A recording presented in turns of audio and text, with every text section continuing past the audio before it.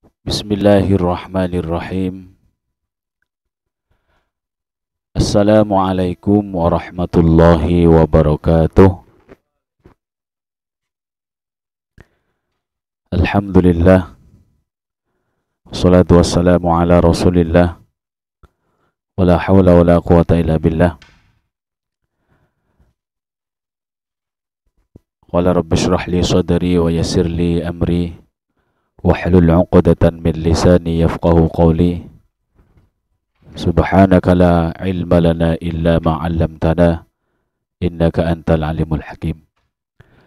Nawaina ta'alluma wa ta'lim wa naf'a wal intifa' wal mudhakarata wa tadhkir wal ifadata wal istifadah wal hath 'ala tamassuki bi kitabillah wa bi sunnati Rasulillah sallallahu alaihi wasallam ibtigu awajihillah wa mardadihi wa qurbihi wa thawabihi subhanahu wa ta'ala.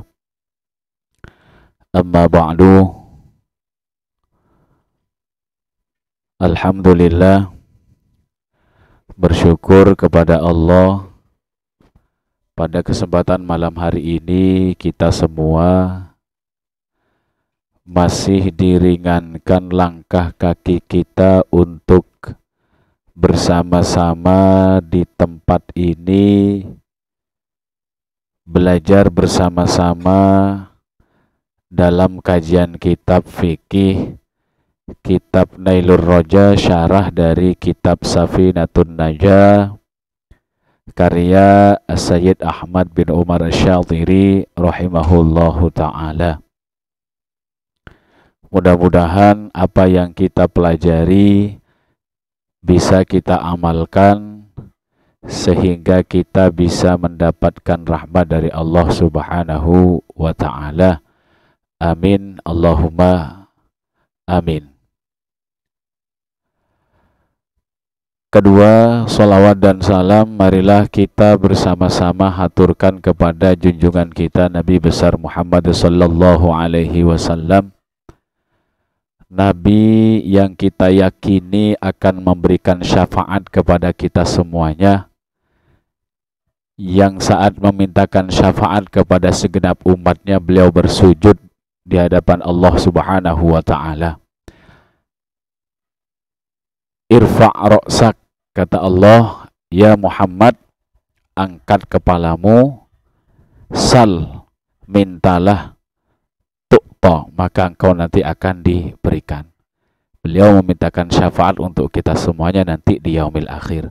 Mudah-mudahan kita semuanya mendapatkan syafaat junjungan kita Nabi besar Muhammad sallallahu alaihi wasallam.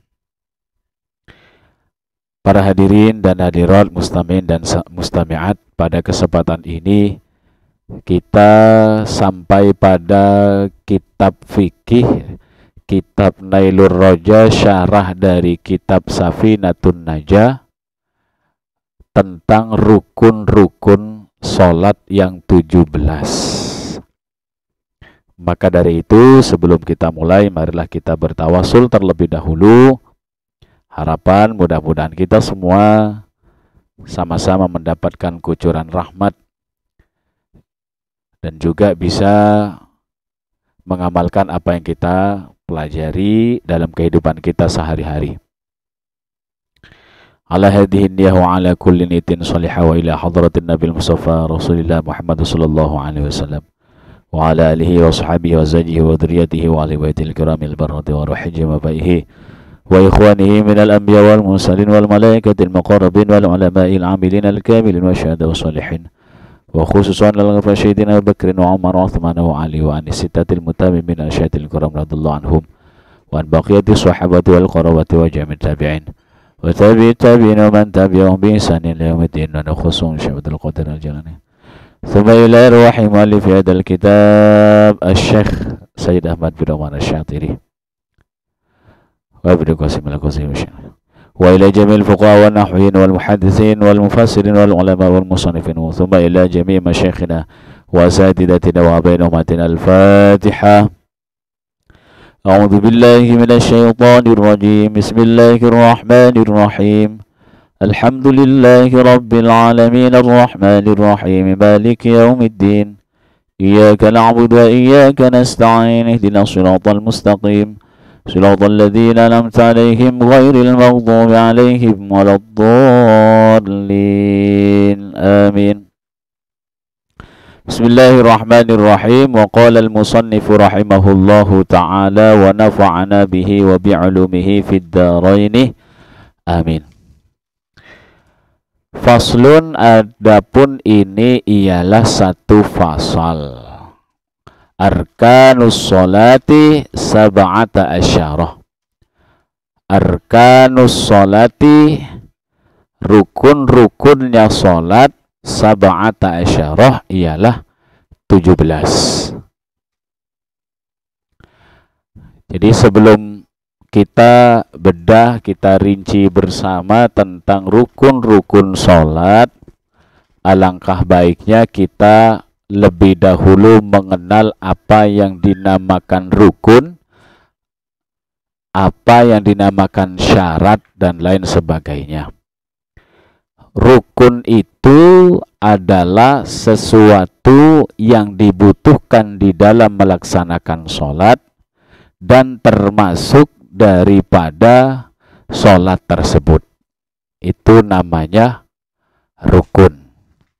Contohnya ada rukun qauli, semacam ucapan, dan rukun fi'li, semacam tindakan. Kalau rukun ini kita tinggalkan, tidak dilakukan, maka sholatnya batal. Rukunnya ada berapa? Ada 17. Setiap kita sholat, 17 ini harus terpenuhi secara keseluruhan. Satu tidak terpenuhi, maka batallah sholat kita.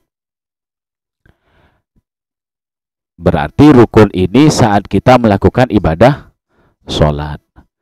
Tapi kalau syarat adalah sesuatu yang dibutuhkan oleh sholat, oleh kita yang melaksanakan sholat, tetapi tidak termasuk dari sholat itu dan dilakukan sebelumnya, bukan di saat sholat dan juga bukan sesudah sholat.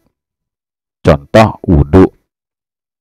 Wudhu itu syarat. Jangan ketika takbir Allahu Akbar sibuk mau wudhu. Membersihkan, mensucikan badan juga itu pasti dilakukan di luar atau sebelum ibadah sholat. Itu namanya syarat. Kemudian rukun ini ada nanti keterangan tentang rukun fi'liyah, tadi sudah disebutkan. Di dalam rukun ini juga ada sunnah ab'ad, ada sunnah hayat. Antara tiga ini, rukun, sunnah ab'ad, sunnah hayat, ini semuanya harus kita lakukan untuk menyempurnakan ibadah sholat. Kalau gampangnya kita ilustrasikan dalam tubuh kita, rukun itu ibaratnya adalah kepala. Sebagai manusia, rukun itu sebagai kepala. Kalau umpama manusia itu tidak ada kepalanya, hidup tidak kira-kira? Almarhum, mati. Masih dikatakan manusia? Mayat. Manusia yang sudah mati. Begitu juga kalau salah satu dari rukun ini tidak ada, maka sholatnya mati. Sholatnya maksudnya tidak sah. Sempurna enggak manusia kalau tidak ada kepalanya? Sempurna enggak? Enggak sempurna. Kemudian juga yang harus terpenuhi ada yang namanya sunnah ab'ad. Sunnah ab'ad ini seperti membaca Al-Fatihah, sholawat di tasyahud akhir, kemudian juga sholawat di kunut. Kunut juga sunnah ab'ad. Sunnah ab'ad ini diibaratkan sebagai kaki. Sebagai kaki. Kalau ada manusia tidak punya kaki, sempurna atau tidak? Tidak sempurna. Masih dikatakan manusia? Masih. Kalau mau sempurna, kakinya harus diganti dengan kaki palsu untuk bisa jadi sempurna dan bisa berjalan. Sunnah ab'ad itu sama dengan kaki tadi, kaki palsu. Artinya kalau umpama tidak melakukan sunnah-sunnah ab'ad ini, agar supaya sempurna, kita sujud sahwi. Sujud sahwi. Berarti kayak kunut itu sunnah ab'ad, Pak. Ya. Orang yang sholat subuh kunut sempurna, bagus. Kemudian ada orang yang tidak membaca kunut, sempurna sholatnya? Sempurna atau enggak? Sempurna. Tapi ada yang kurang. Harus diganti dengan apa? Sujud sahwi. Kunut dan tidak kunut, atau katakanlah tidak kunut, sempurna kira-kira sholatnya? Sempurna, sah. Sah apa tidak? Enggak kunut, sah. Jadi yang diributkan itu selama ini, oh ini nggak boleh, ini harus baca, ini harus nggak boleh dibaca. Itu kan tentang kesempurnaan. Tetapi kalau ingin sempurna lagi, kita harus tambal dengan apa? Sujud sahwi. Kecuali ya kita bagi orang yang nggak kunut, kita husnudzon aja. Katakanlah dia mungkin sudah terlalu banyak pahala. Yowes, saya nggak kunut dah. Ya kan begitu. Artinya tetap sah, tapi kan tidak sempurna. Kalau kita ngerasa banyak dosa, banyak kurang, ingin sempurna, ya kita pakai kunut. Begitu. Kemudian berikutnya ada sunnah hayat. Tadi kalau rukun itu hal yang prinsip bagaikan kepala. Berarti manusia kalau tidak ada kepala, mati. Kemudian sunnah ab'ad itu bagaikan apa? Orang yang bagaikan kaki. Ya, bagaikan kaki. Nggak ada kakinya, tetap sempurna, dinamakan manusia. Kemudian sunnah hayat. Nah, ini sunnah hayat ini bagaimana? Sunnah hayat ini adalah kalau kita ilustrasikan kepada manusia bagaikan jenggot, bagaikan kumis. Manusia ketika tidak berjenggot masih dikatakan manusia? Masih sempurna? Sempurna. Terus kalau kita tinggalin bagaimana sunnah hayat ini, tidak apa-apa. Dalam sholat, apa contohnya? Membaca tasbih. Ketika sujud, subhana rabbiyal a'la wa bihamdi. Nggak baca itu sah enggak? Sah. Sempurna masihan sholatnya? Sempurna. Masih dikatakan manusia nggak punya jenggot, nggak punya kumis? Masih. Tetap sempurna. Contoh lagi. Wah, ini ringan nih. Ini ringan hukumnya, makanya kalau tarawih dipakai paling ini. Ya kalau mau sempurna, kenapa dikatakan kita berusaha untuk sempurna, tetap dikatakan manusia. Kalau bagi laki-laki berkumis, berjenggot itu kepantasan, kepatutan, begitu. Bukan berarti kalau nggak berjenggot, berkumis nggak pantas. Pantas, cuman kalau ditambahi kumis, ditambahin jenggot, tambah pantas. Sholat juga begitu, sunnah hayatnya kalau dibaca akan tambah bagus. Meskipun satu kali, tetap dapat kesunahan. Subhana rabbiyal a'la bihamdi. Allahu Akbar, ruku, subhana rabbiyal azimi wa bihamdi. Gak harus 3 juga tetap dapat kesunahan. Seperti itu. Jadi kalau kita mau sempurna ya bagus, pahalanya banyak, itu silahkan dibaca. Kepantasan hayat itu. Berarti kalau nggak dipakai, ya nggak pantas, kurang pantas. Tetap sah tapi kurang pantas. Ya katakanlah kalau lebih sangar ya. Kalau laki-laki punya kumis, nggak harus panjang. Punya jenggot, nggak harus banyak. 17 juga nggak apa-apa. Nggak apa-apa. Jadi di Bali ada kebun binatang, ada ya? Ada ya? Ada. Ini selama corona kan ditutup. Kalau nggak corona dibuka. Coba jalan-jalan ke sana. Bawa anaknya yang cerewet biasanya, cerdas, pinter.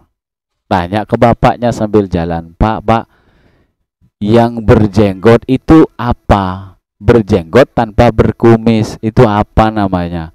Oh, itu namanya kambing. Kambing.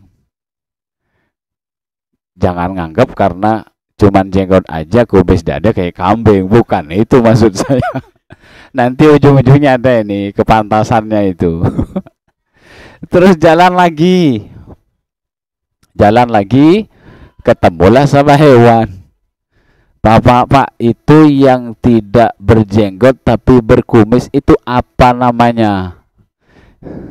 Oh, itu namanya kucing. Jangan dianggap kucing kalau cuman berkumis nggak berjenggot. Ya ambil yang sangar lah, harimau itu ya. Nah terus jalan lagi, di pagar itu siapa Pak? Tuh yang berjenggot. Yang satunya itu siapa? Jalan lagi ketemu sama ya hewan yang nggak berjenggot, nggak berkumis. Itu apa namanya? Oh yang itu, yang hitam itu tuh namanya celeng. Umpama kan gitu. Kemudian yang jalan lagi di depan ketemu sama orang, gagah berani. Bapak itu yang berkumis, berjenggot itu siapa? Mau kalau itu pawangnya. Kepantasan. Pawang kan harus sangar gitu. Pawangnya orang, pawangnya hewan. Jadi kalau laki-laki berjenggot, berkumis itu pantas. Kalau yang perempuan ya kurang, gitu ya. Berarti itu bagaikan apa? Sunnah hayat. Bisa dipakai. Takbiratul ihram di sholat Idul Fitri, Idul Adha itu juga sunnah hayat. Jadi biasanya kalau orang nggak sholat tuh kan ada 2. Orang yang tidak sholat tuh ada 2. 1 karena memang sengaja meninggalkan sholat, itu namanya nggak sholat. Yang kedua, ada orang sholat tapi rukun-rukun dan syaratnya tidak dilakukan, berarti dia itu tidak sholat, sama saja tidak sholat. Maka kita harus punya ilmunya. Orang yang tidak punya ilmunya dalam beribadah itu lebih berbahaya daripada, lebih banyak bahayanya dari manfaatnya. Jadi kalau kita kan sudah tahu nih hukumnya, orang yang tidak punya ilmunya dalam beribadah itu mudaratnya, bahayanya lebih banyak dibanding manfaatnya. Namanya sholat Idul Fitri ini kan beda dengan sholat biasanya. Takbir pertama, rakaat pertama berapa kemarin? Berapa? 7, 8 sama takbiratul ihram. Rakaat kedua berapa? 5. Ini sudah diumumin nih sama imam. Hadirin hadirat sekalian rahimakumullah, kita sholat Idul Fitri rakaat pertama itu takbirnya berapa? 7 ya. Nanti rakaat kedua 5. Karena dia habis bertengkar dengan istrinya, lupa. Padahal jadi imam dia ngomongnya begitu. Akhirnya cuma takbiratul ihram tok. Allahu Akbar. Ini jangan protes yang di belakang. Subhanallah, jangan protes. Tetap sah itu. Sah nggak? Sah. Karena itu sunnah hayat. Jangan marah-marah. Kalaupun mau ditasbihkan subhanallah, nggak apa-apa. Ternyata imamnya tetap lanjut, ikuti. Karena tetap juga sah. Maklum, namanya sholatnya 1 kali dalam setahun. Dan jarang sholat. Sholatnya pas Idul Fitri atau Idul Adha itu saja. Lupa. Nah, itu harus kita penuhi. Berapa banyaknya kalau rukun sholat itu ada 17. Sunnah abad ada berapa? Ada 5. Sunnah hayat ada berapa? Lebih dari 1000. Bahkan ada yang ulama mengatakan 1500. Karena dilakukan dari sebelum sholatnya, ketika sholatnya, sesudah sholatnya. Begitu. Nah, kita ke kitabnya sekarang. Nah, ini rukun-rukun sholat jangan sampai ditinggalkan. Al-makna artinya annal ajza'ah, sesungguhnya bagian-bagian allati tatarokkabu, yang tersusun, allati tatarokkabu, yang tersusun, minha, dari bagian, mahiyatus sholati, nyatanya atau ini bisa jadi fa'il atau jadi badal, bagian sholat, mahiyatus sholati, sab'ata asyarah, ialah 17, bi'addit tumak ninati, bi'addi dengan menghitung, at-tumak ninati, tumak nina, al-arba'i, yang 4 arkanan, sebagai rukun yang 1. Tumak nina itu di dalam sholat ada berapa? Ada 4-nya. 1, kita ruku, Allahu Akbar, diam tumak nina di ruku, ya. Yang kedua, sami'allahu liman hamidah, itu tumak nina, ya.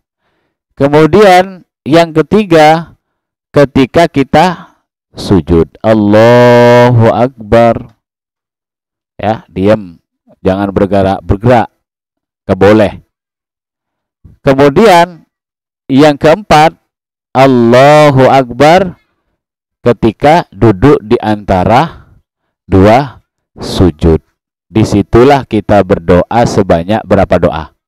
Ada 8 doa. Itu yang paling bagus tuh, karena setelah kita minta di antara 2 sujud, kita setelah itu sujud lagi. Disitulah posisi yang paling dekat. Wasjud waqtarib, kata di Al-Quran. Sujudlah engkau dan engkau akan nanti dekat. Jadi minta dulu, baru nangis. Baru, bagaimana kalau kita mau minta sesuatu ke orang tua, ucapkan dulu permintaannya, setelah itu ya nangis, dikasih nanti pasti itu. Nangis. Malam mingguan Pak, kenapa nggak hadir? Ya, itu anak saya nangis. Umpama. Kemana? Oh, habis minta ngomong tadi mau jalan-jalan, mau ke sana ke situ. Habis itu nangis. Ini kasih. Minta 8. Rabbil firli warhamni wajaburni warfa'ni warzukni wahdini wa'afini. Semuanya di situ. Rabbana atina itu terkumpul di situ. Cuman kan kita tidak tahu, yang penting baca Rabbil firli warhamni. Ada kadang Rabbil wa'afni Allahu akbar gitu, tinggal gitu. Enggak mau diresapi. Rabbil firli, Allah ampuni. Warhamni, rahmati saya. Warzukni, berikan rezeki. Warfa'ni, angkat derajat saya. Warfa'ni wa Rabbil firli warhamni wajaburni, ya. Ini sejahterakan bisa. Apa, minta kekayaan juga, yang tidak khawatir setelah kaya itu akan kemiskinan. Terus sampai wa'afini, sejahterakan, sehatkan, sejahterakan saya. Wa'fu'ani, dan ampuni. Tuh minta di sana. Nah, ini di sini dijadikan apa namanya? Tumak ninah yang 4 itu dijadikan satu rukun. Wahada dan keterangan ini, wahada dan keterangan ini, ma ialah firraudati, yang diterangkan di dalam kitab Ar-Raudhah. Wahada, keterangan ini, keterangan tentang tumak ninah ini, ma adalah keterangan firraudati di dalam kitab Ar-Raudhah. Wal mu'tamadu ma fil minhaji. Wal mu'tamadu, dan yang mu'tamad. Mu'tamad ini yang bisa dijadikan pegangan, artinya tentang tumak ninah yang dijadikan satu, atau yang rukun sholat 17 ini. Fil minhaji, di dalam kitab Al-Minhaj. Wal muharrari, dan kitab Muharrar. Wa aktsaril kutubi, dan kebanyakan kitab. Min annaha, dari sesungguhnya,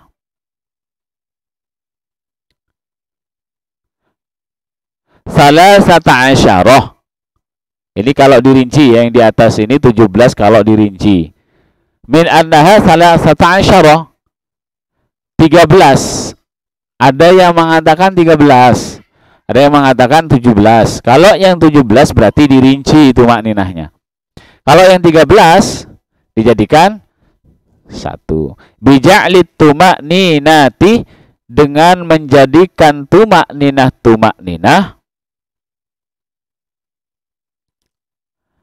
hayatan, sebagai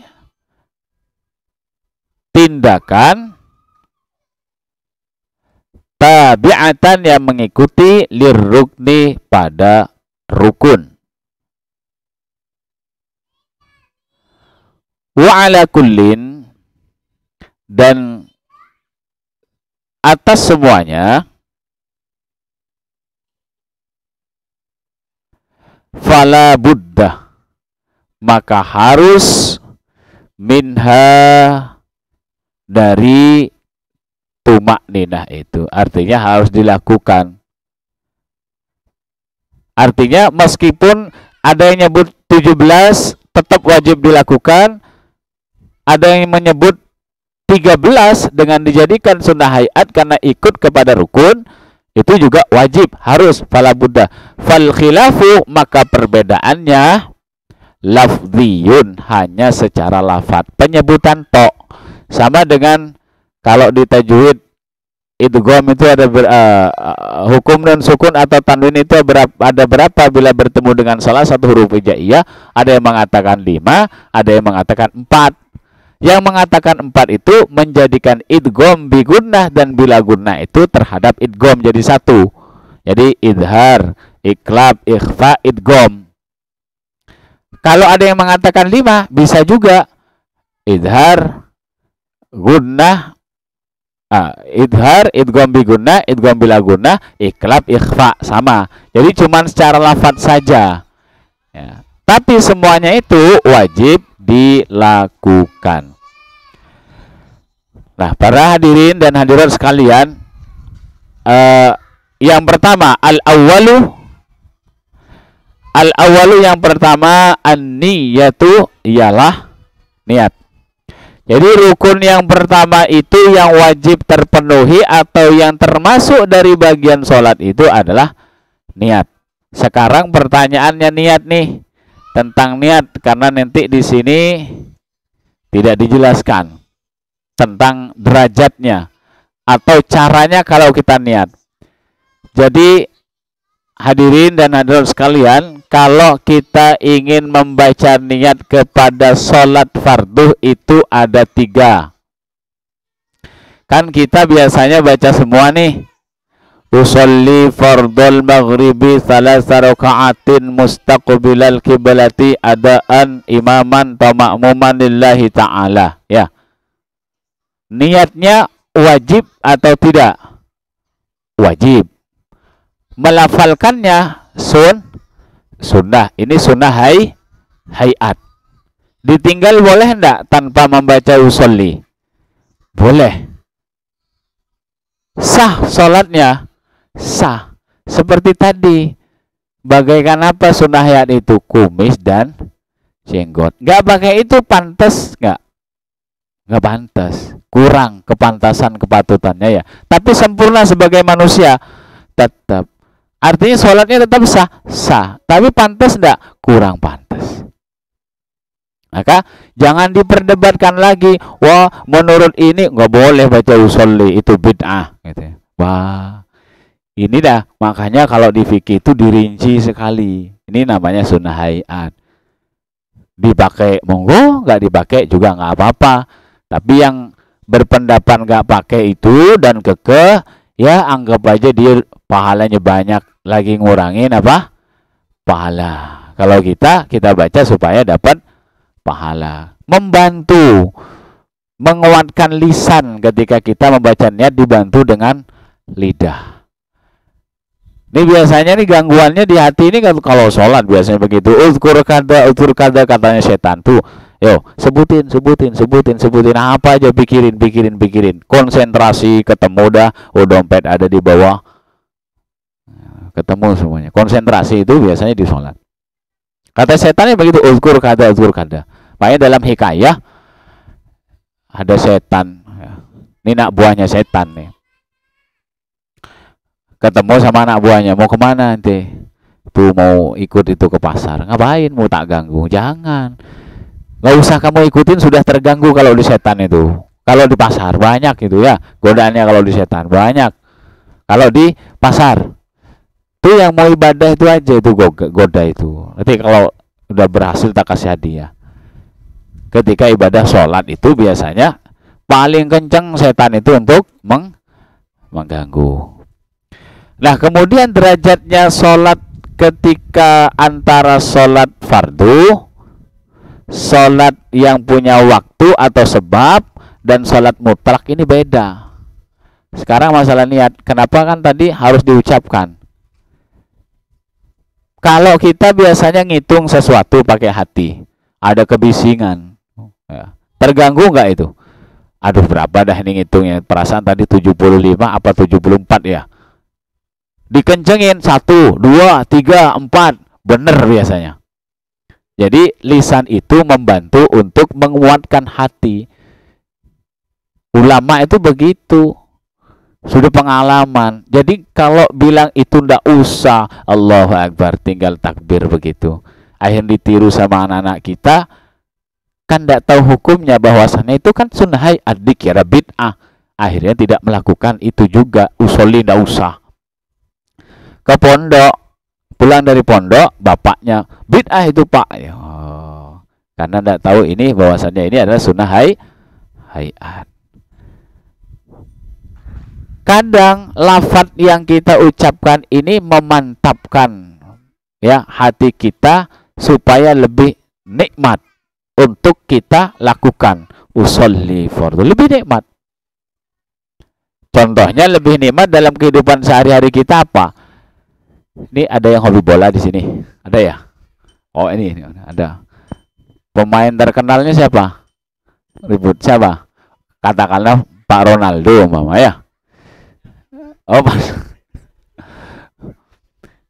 wah, ayo giru. Akhirnya masuk gol. Gol kan nih? Gol sudah terjadi. lebih mantap lagi, akhirnya apa? Teriak dia, gu. Kencangin suaranya, gue gitu kan, sampai suara yang di sana kedengeran ke sini kan ya. Puas enggak seperti itu? Puas, meskipun nggak teriak, batal nggak gol itu? Ya nggak batal kan, tetap masuk. Cuman kan tambah puas. Sama dengan kita kalau kita sudah sering usolli, bahkan kalau kakek nenek kita ditambahin apa? Nawaitu usolli. Oh, bukan usolli tok. Pernah pakai nawaitu? Nggak pernah, paling wudhu tok. Almarhum kakek saya pakai begitu, nawaitu usolli fardhol maghrib. Oh, kalau kita usolli fardhol ya, simpel gitu ya. Nah, apa saja kalau di fardu itu? Kalau di fardu itu 3. Ya, fardu itu 3 yang wajib disebut. Sisanya tidak perlu, nggak apa-apa. Masuk hayat itu. Artinya harus diniatkan itu 3 dalam hati kita. Kalau sholat fardu. Pertama di sini apa? Qasdul fi'li. Qasdul fi'li itu apa artinya? Mengerjakan sholat tersebut. Berarti usolli. Usolli. Bukan lafadznya ya, tapi niatnya. Saya mau sholat. 1. Kemudian yang kedua, ta'yin. Ta'yin itu artinya apa? Nama sholat yang dikerjakan itu apa? Maghrib. Usollil maghrib. Umpama begitu ya. Kalau nggak pakai urutan yang sering kita baca. Kemudian yang ketiga, kefarduhan. Komplit sudah. Akhirnya sering kita baca menjadi apa? Usolli fardhal maghribi. Sah di situ saja di niatnya. Sah. Salah satu ini tidak terucap dalam niat, batal. Kalau sholat fardu. Berarti tadi apa itu? Qasdul fi'li. Niat melakukan sholat. Yang kedua, ta'yin, menentukan nama sholatnya. Kemudian yang ketiga, fardiyah, menyebutkan sholat fardunya. Ini yang harus diniatkan. Adapun melafalkan itu sunnah. Kemudian yang kedua, ada juga sholat yang dikerjakan sunnah, yang mempunyai waktu atau mempunyai sebab. Yang diwajibkan itu hanya 2 saja. Punya waktu, punya sebab. Contoh sholat gerhana matahari. Contoh sholat gerhana bulan. Pernah sholat gerhana? Belum. Lagi kerja soalnya ya, pas gerhana. Gerhana rembulan pernah? Bulan? Belum. Lembur. Lengkap. Nah, itu punya sebab. Yang punya waktu,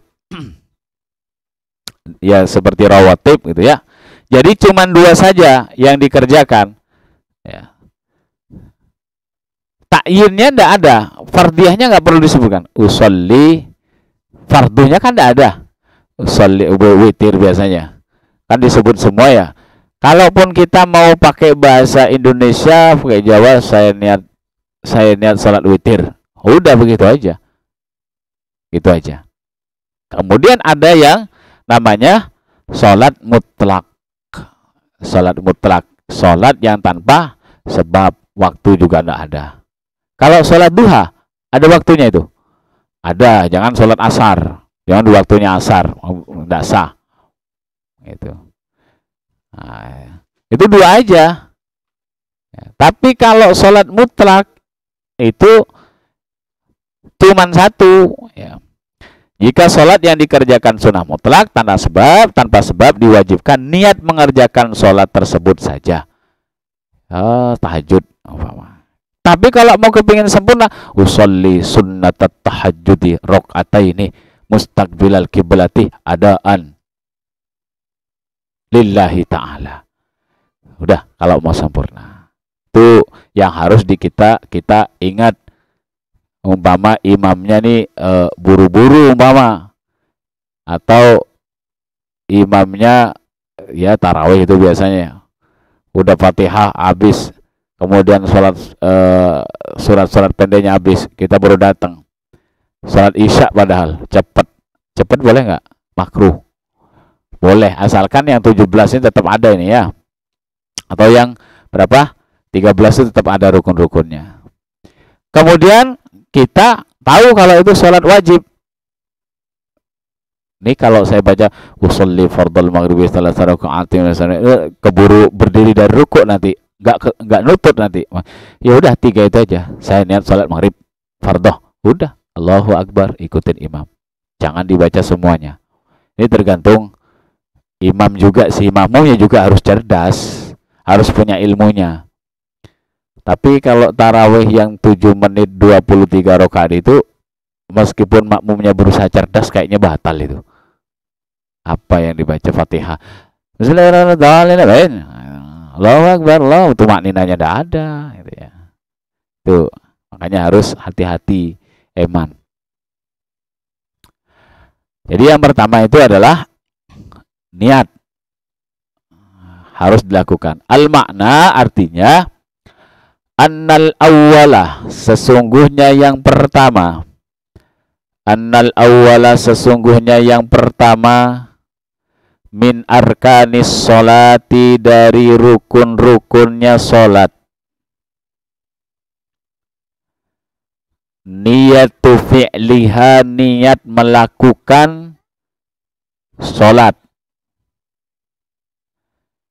Niyatu fi'liha, niat melakukan sholat. Bil qalbi, dengan hati. Dengan hati. Tak bisa pakai lisan. Kedengaran kira-kira? Enggak kedengaran. Fala yakfin nutku biha ma'a ghaflatil qalbi. Fala yakfi, maka tidak cukup. An-nutku, apa berucap. Fala yakfi, maka tidak cukup. An-nutku, apa berucap. Biha, dengan niat sholat. Ma'a ghaflatil qalbi, serta lalainya hati. Hatinya tidak berniat, lafaz berucap usolli fardal, tapi hatinya enggak berniat, maka itu tidak mencukupi dalam melakukan niat, batal sholatnya.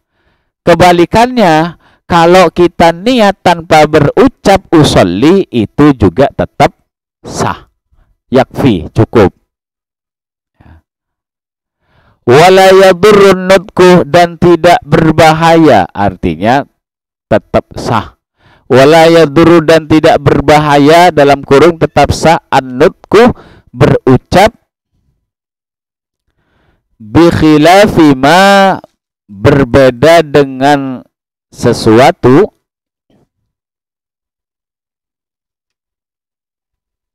fihi, yang terdapat di dalam hati. Di umpama kita ingin melakukan sholat maghrib atau sholat isya, sholat isya lah, tapi lafaz niatnya usolli fardal maghribi, dalam hatinya niatnya sholat isya. Lafaz yang diucapkan usolli fardal maghribi, itu masih sah, tetap sah. Sholatnya tetap sah, boleh. Padahal hatinya maghrib, karena memang sholat maghrib, tapi lafaz niatnya sholat isya, tetap sah. Nah, ini masalah niat di dalam melakukan sholat itu sendiri. Sekarang perbedaannya, kalau umpama niat itu, kita nih bermakmum nih, sekarang bermakmum. Imam saya pasti tahu saya siapa di situ tuh. Oh, Pak Ustadz Fulan. Karena nggak kelihatan Pak Ustadznya agak kecil, imam yang di depan itu agak tinggi besar, nggak kelihatan jadwalnya, padahal Ustadz Fulan. Kita bermakmum karena kita di barisan kelima, usolli fardal maghribi, selesai. Dia tambahkan niat saya, niat sholat isya berjamaah kepada sang imam Pak Fulan. Ternyata yang imami bukan Fulan, Paico umpama yang imami. Maka iktimamnya, bermakmumnya batal, dan sholatnya juga batal. Itu di dalam keterangan usul fikih. Nah, lanjut. Wa nataqa bi khilafihi, Mana ini? Falau nawa, maka jikalau berniat. Falau nawa, maka jikalau berniat orang yang sholat fardon pada fardu. Ini niatnya sudah fardu. Wana toko, dan berucap dia bikhilafihi, berbeda dengannya. Ini tidak sama, artinya bukan fardu. Niatnya sudah fardu, ucapannya beda.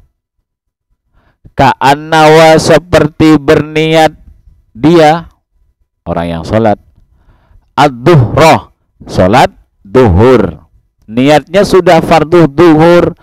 Wanatoko bil asri, wanatoko, dan dia berucap bil asri, sholat asar. Kanatil ibratu, karena maka ada al-ibratu, yang dianggap, artinya yang dianggap itu apa? Niat duhurnya atau niat asarnya?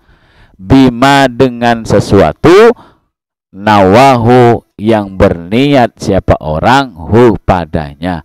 Artinya yang dianggap itu ya yang diniatkan dalam hati. Adapun yang ucapan salah dengan sholat asarnya itu tidak dianggap. Yang dianggap sah itu tetap duhurnya, tetap lanjutkan. Wan niyatu, dan adapun niat, darajatun, terdapat derajat-derajat satati, yang akan datang. Jadi tentang niat itu tadi sudah dijelaskan ya. Artinya ada 3. Sudah dijelaskan, artinya supaya kenal dulu, nanti ketika dijelaskan pada kitabnya supaya lebih paham lagi. Jadi ini saja yang kita bahas, kita pelajari pada kesempatan malam hari ini. Insya Allah minggu kedua kita akan fikih lagi tentang takbiratul ihram. Ini tentang takbiratul ihram. Harus kita ketahui juga apakah kita harus berucap Allahu Akbar, kalau ditambahi Allahul Akbar itu bagaimana, kalau Allahul Azimul Akbar itu bagaimana hukumnya, ya, atau Akbarullah itu bagaimana hukumnya, diucapkan juga bagaimana hukumnya, nanti akan kita bahas di pertemuan berikutnya. Mudah-mudahan yang kita pelajari, kita kaji bersama malam hari ini bermanfaat untuk kita semuanya. Kita tinggal amalkan dan kita catat dalam hati kita supaya kita tetap ingat juga, kita amalkan. Itu saja yang bisa kita kaji mutola'ah bersama-sama. Wallahu a'lam bishawab. Wassalamualaikum warahmatullahi wabarakatuh.